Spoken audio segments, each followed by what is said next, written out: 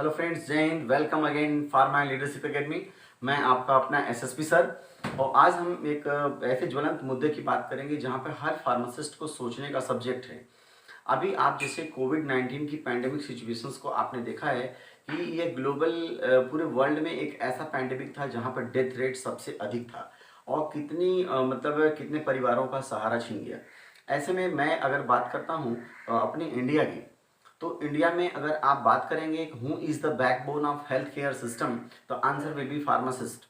तो फार्मासिस्ट क्या है, जहाँ पे भी अगर हम बात करें मेडिसिन वर्ड आए, यानी जहाँ दवा वहाँ फार्मासिस्ट, यानी मेडिसिन वर्ड जहाँ पे आ गया वहाँ फार्मासिस्ट का होना अत्यंत आवश्यक है।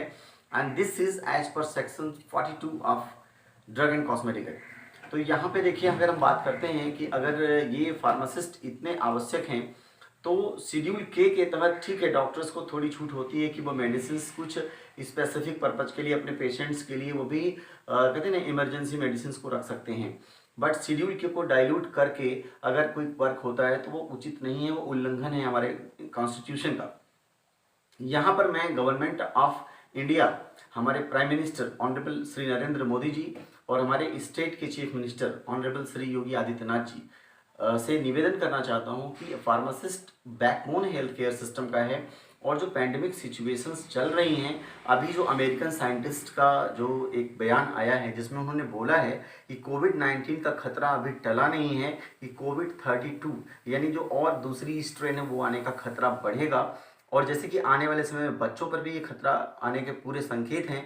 तो ऐसे में क्या हमें पूरी तैयारी करनी चाहिए कि नहीं करनी चाहिए? और तैयारी में अगर हम फार्मासिस्ट को साथ नहीं लेते हैं, इट मीन्स कि तैयारी अधूरी है।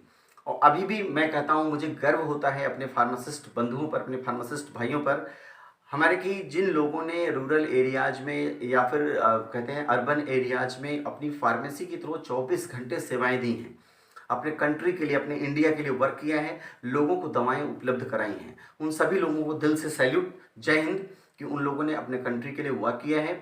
मैं साथ ही साथ माननीय मुख्यमंत्री जी और माननीय प्रधानमंत्री जी से निवेदन करता हूं कि अगर आप फार्मासिस्ट के बारे में सोचते हैं, जो कॉलेजेज हैं हर साल हमारे लगभग 1,57,000 प्रोडक्ट पूरे इंडिया में फार्मासिस्ट निकलते हैं, तो अगर इन फार्मासिस्ट को अगर इनके लिए आप पद सृजित करते हैं, जैसे कि वर्तमान में जिले स्तर पर एक ड्रग इंस्पेक्टर बैठते हैं, तो अगर ड्रग इंस्पेक्टर की पोस्ट को हम तहसील स्तर पर भी ले जाते हैं, ब्लॉक स्तर पर ले जाते हैं, तो मॉनिटरिंग करना ईजी होगा।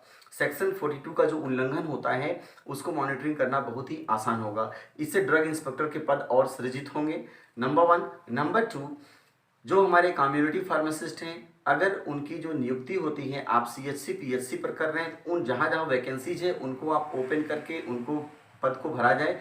साइमल्टेनियसली मेरा विचार है, मेरे तरफ से मैं समझता हूँ कि एक आइडिया ये है कि अगर हम विज़न ये लेके चलते हैं कि जो भी फार्मासिस्ट हैं, हेल्थ केयर प्रोफेशनल हमारे हैं, बैकबोन हेल्थ केयर सिस्टम के हैं, अगर उनको ग्रामीण स्तर पर, यानी कि हर एक गांव में, भारत हमारा गांवों का देश है, तो अगर हर एक गांव में एक फार्मासिस्ट की नियुक्ति की जाए और शहरों में जो वार्ड होते हैं, हर एक वार्ड में एक फार्मासिस्ट कम से कम अगर नियुक्त होता है, तो ऐसे में लोगों को दवाओं के बारे में जानकारी या रोगों के बारे में जानकारी सहज रूप से उपलब्ध होगी।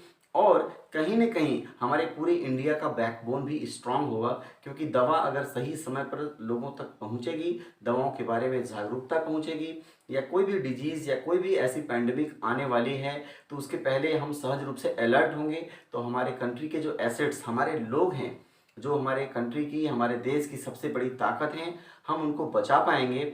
और जिस तरह से तड़प तड़प के लोग मरे हैं, हम उन मौत के आंकड़े को भी कम कर पाएंगे और ऐसे किसी भी पैंडेमिक सिचुएशन से हम बच सकते हैं।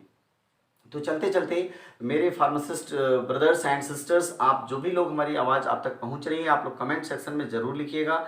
और मैं चाहता हूं आप जिस भी स्टेट से बिलोंग करते हैं, अपने अपने स्टेट के चीफ मिनिस्टर को और माननीय प्राइम मिनिस्टर श्री नरेंद्र मोदी जी को मेल जरूर करिए कि वो इस बारे में विचार करें कि फार्मासिस्ट भी बैकबोन है हेल्थ केयर सिस्टम का। और इस एजुकेशन का, फार्मेसी एजुकेशन का, जिसपे कि हम फार्माकोलॉजी, फिजिकल फार्मेसी, फार्मास्यूटिक्स, वो सारी चीज़ें, पैथोलॉजी, पैथोफिजियोलॉजी, ये सब कुछ पढ़ करके हमारे नॉलेज का सोसाइटी के लिए, हमारे कंट्री के लिए यूज़ किया जाए, वो भी प्रॉपर वे में। इस प्रकार से हम सेक्शन 42 का जो उल्लंघन हो रहा है उसको भी कंट्रोल कर सकते हैं। और हमारे फार्मासिस्ट का जो पद सृजन होगा, इससे रोजगार की संभावनाएं भी बढ़ जाएंगी। और कहीं ना कहीं जो हमारे एजुकेशन नॉलेज इंडस्ट्री में जो लोग बैठे हैं, जो कॉलेजेस चला रहे हैं, उन लोगों को भी एक बेनिफिट मिलेगा, एक विजन मिलेगा, एक डायनामिसिटी मिलेगी, एक कहते हैं ना एक आइडिया मिलेगा, विजन मिलेगा कि आगे वो फार्मासिस्ट को कैसे ट्रेन कर सकते हैं जो कि फ्यूचर प्रोस्पेक्ट्स में यूजफुल होंगे। तो ये बात रही फार्मासिस्ट के रोजगार से संबंधित कि फार्मासिस्ट के नॉलेज को, स्किल को, टैलेंट को हमारे कंट्री के प्राइम मिनिस्टर, हमारे कंट्री के हमारे स्टेट के चीफ मिनिस्टर साहब अगर इस बारे में विचार करें तो किस तरह से हमारा भारत ग्लोबल लेवल पर एक ऐसा देश बनेगा जहां फार्मासिस्ट की कहते हैं बैकबोन जो हेल्थ केयर सिस्टम है वो एक एक्चुअली बैकबोन बनेगा और हमारे देश के लोगों के स्वास्थ्य के स्तर में सुधार आएगा। और कहीं ना कहीं जो फार्मासिस्ट की छवि है उससे लोगों को लाभ पहुंचेगा।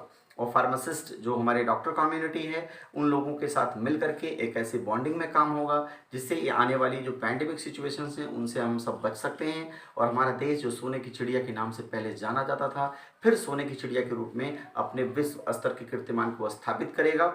इन्हीं बातों के साथ बने रहिए और कमेंट सेक्शन में आप जरूर लिखिएगा कि आपको ये वीडियो कैसा लगा। क्या फार्मासिस्ट का पद सरकार द्वारा सृजित किया जाना चाहिए, नंबर 1 क्वेश्चन। नंबर 2, क्या ब्लॉक स्तर, ग्रामीण स्तर पर फार्मासिस्ट की नियुक्ति की जानी चाहिए, वार्ड स्तर पर भी नियुक्ति की जानी चाहिए। अगर आपका जवाब हाँ है तो आप निश्चित रूप से कमेंट बॉक्स में लिखिएगा और एक एक मेल अपने फार्मासिस्ट भाई है जो हमारे ट्रेनिंग फार्मासिस्ट हैं, लर्निंग फार्मासिस्ट हैं, वो ज़रूर अपने गवर्नमेंट को करेंगे क्योंकि सबसे बड़ी पावर निहित होती है जनता के पास और हम जनता हैं।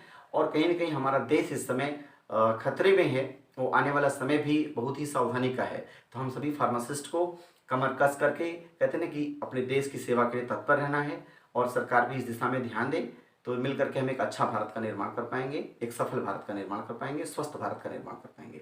Thank you for watching. जय हिंद।